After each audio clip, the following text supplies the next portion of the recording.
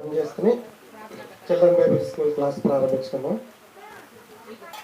పరలోకమందున మా తండ్రి, ఉదయకాల సమయంలో నేను భక్తి కలిగి నీ యొక్క జ్ఞాన గ్రంథం ఉంచుకొని మాటలు నేర్చుకొని సదుద్దేశం దగ్గరికి వచ్చాను తండ్రి. చెప్పబడుతున్న మాటలు లోటుపాట్లు ఉంటే సరి చేసుకునే భాగ్యం తెచ్చామని క్రీస్తునామని ప్రార్థన అడిగి పెట్టుకుంటున్నాం. పరమ తండ్రి, మిమ్మల్ని అందరూ చిన్న ప్రశ్న అడిగితే సమాధానం చెప్తారు. ప్రసాద్ చెప్పాడు ఆ పాఠం. చర్చికి రాకపోతే ఏమైంది మళ్ళీ చెప్పించాలి ప్రసాద్తో. గుర్తుందా మీకు? ఆదివారం చర్చికి రాకపోతే జరిగే నష్టం ఏంటి?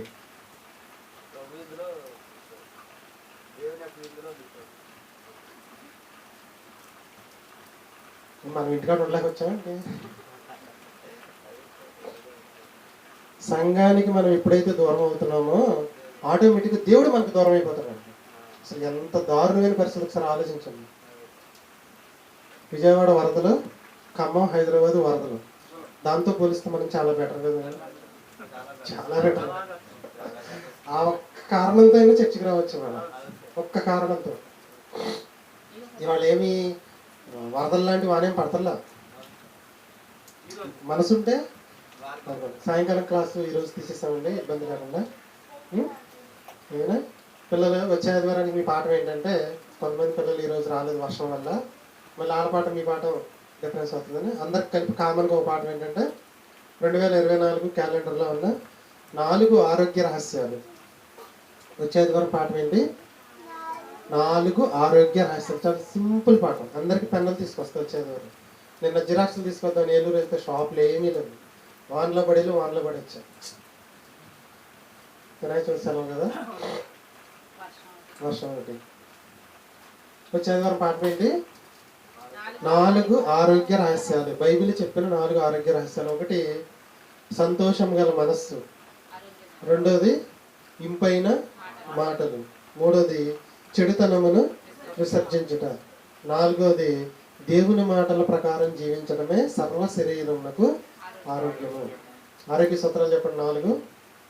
దేవుడు చెప్పిన ఆరోగ్య సూత్రాలు. ఒకటి సంతోషం గల మనస్సు.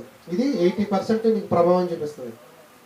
మనసుని ఎప్పుడు సంతోషంగా ఉంచుకోండి. సంతోషం గల మనస్సు ఆరోగ్యదాయకము, నలిగిన మనస్సు అనారోగ్య కారణము. ఇంపైన మాటలు ఆరోగ్య కారణము, కంపైన మాటలు అనారోగ్య కారణము. కాబట్టి ఇంపుగా మాట్లాడుకుందాం, మనసుని సంతోషంగా ఉంచుకుందాము. చెడుతనముని విసర్జించాలి. చెడుతనముని విసర్జిస్తే ఆరోగ్య కారణము, విసర్జించకపోతే అనారోగ్య కారణము. 4వది దేవుని మాటల ప్రకారం జీవించడమే సర్వ శరీరమునకు, అంటే గోరు నుంచి వెంట్రుక వరకు, కాలి గోరు నుంచి తల వెంట్రుక వరకు ఆరోగ్యదాయకము. చెప్పండి 4 ఆరోగ్య సూత్రాలు. ఎవరికి తెలియదండి ఇది.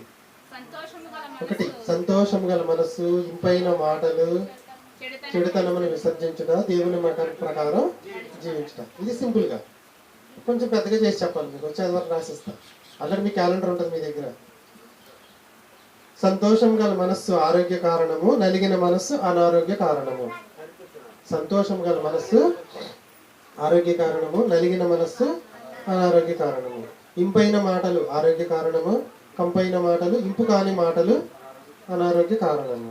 చెడుతనమును విసర్జించుట ఆరోగ్య కారణము, చెడుతనమును విసర్జించకపోవుట అనారోగ్య కారణము.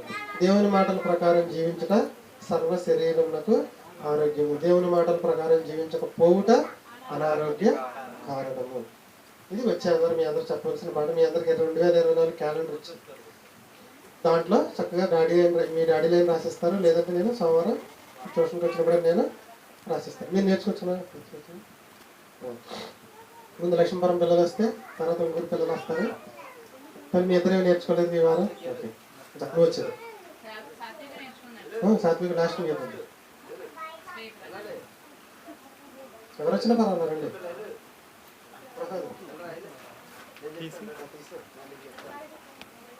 పొందున్న మా తండ్రి, పాఠం చెప్పే నాకు మంచి జ్ఞానాన్ని, వినే మీ పిల్లలకు గ్రహించుకునే మనసుని ఇవ్వమని, విని అర్థం చేసుకునే మనసుని ఇవ్వమని యేసుక్రీస్తు నామాన అడిగి వేడుకుంటున్నాను మా తండ్రి. ఆమేన్.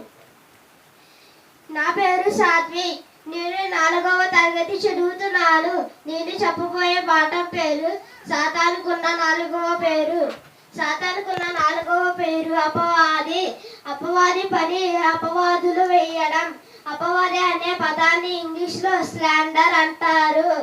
అపవాది ఎప్పుడు ఒక వ్యక్తి యొక్క ప్రతిష్టను దెబ్బతీసి తప్పుడు మాటలు మాట్లాడిస్తుంది. ఏదైనా వనంలో దేవుడి ప్రతిష్టను దెబ్బతీసి తప్పుడు మాటలు మాట్లాడి పాపంలో పడేటట్టు చేసింది. ఇదంతా మనకు ఆదికాండము 3వ అధ్యాయం 1 నుండి 5 వచనాలలో ఉంది. పేరేంటి? సాత్వికేనా?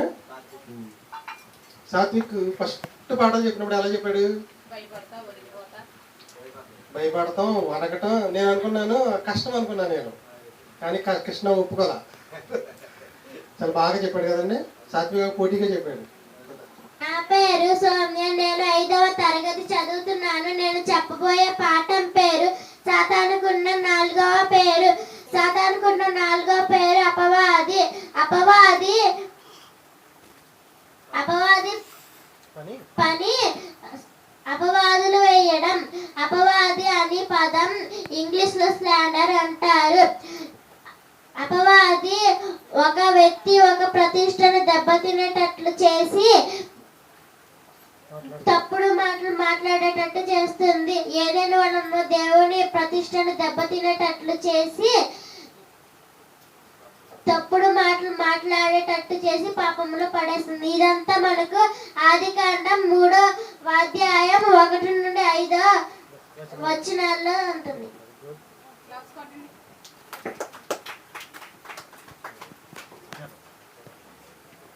నా పేరు అస్మిత్.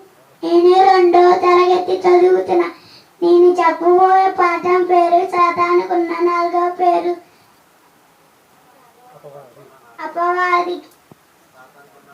సాతానుకున్న 4వ పేరు అపవాది. అపవాది పని అపవాదులు వేయడం. అపవాది అనే పదాన్ని ఇంగ్లీష్ స్లాండర్ అంటారు. అపవాది ఒక మనిషి యొక్క ప్రతిష్టను దెబ్బతీసేటట్లు తప్పుడు మాటలు మాట్లాడిస్తుంది. ఏదేమో దేవుడి ప్రతిష్టను దెబ్బతీసేటట్లు మాట్లాడి పాపంలో పడేటట్లు చూస్తుంది.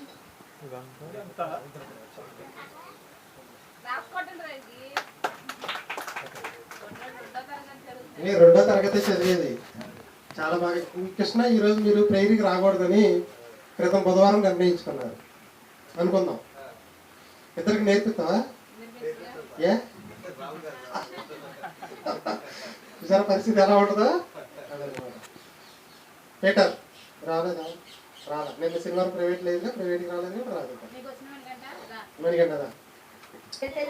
నేను చెప్పే పాఠం పేరు సాతానుకున్న 4వ పేరు సాతానుకున్న 4వ పేరు అపవాది. అపవాది పనులు అపవాది వేయడం. అపవాది అనే పదానికి ఇంగ్లీష్ లో స్లాండర్ అంటారు. అపవాది ఎప్పుడు ఒక వ్యక్తి ఒక ప్రతిష్టను దెబ్బతీసేటట్లు తప్పుడు మాటలు మాట్లాడిస్తుంది.